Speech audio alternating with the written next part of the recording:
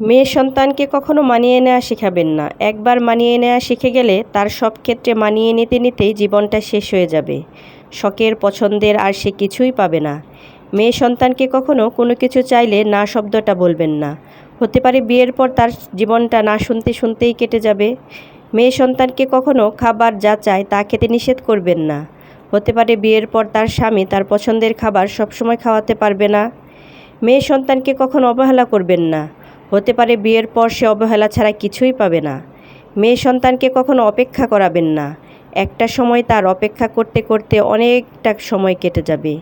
মেয়ে সন্তানকে কখনো নিজেদের থেকে গরিব ঘরে বিয়ে দিবেন না। তারা আপনার মেয়ের কষ্ট বুঝবে না। তাদের কাছে যে জীবন স্বাভাবিক, আপনার মেয়ের কাছে সেটাই হবে অনেক কঠিন। মেয়ে সন্তানকে দুনিয়ার সব সুখ দেওয়ার চেষ্টা করবেন।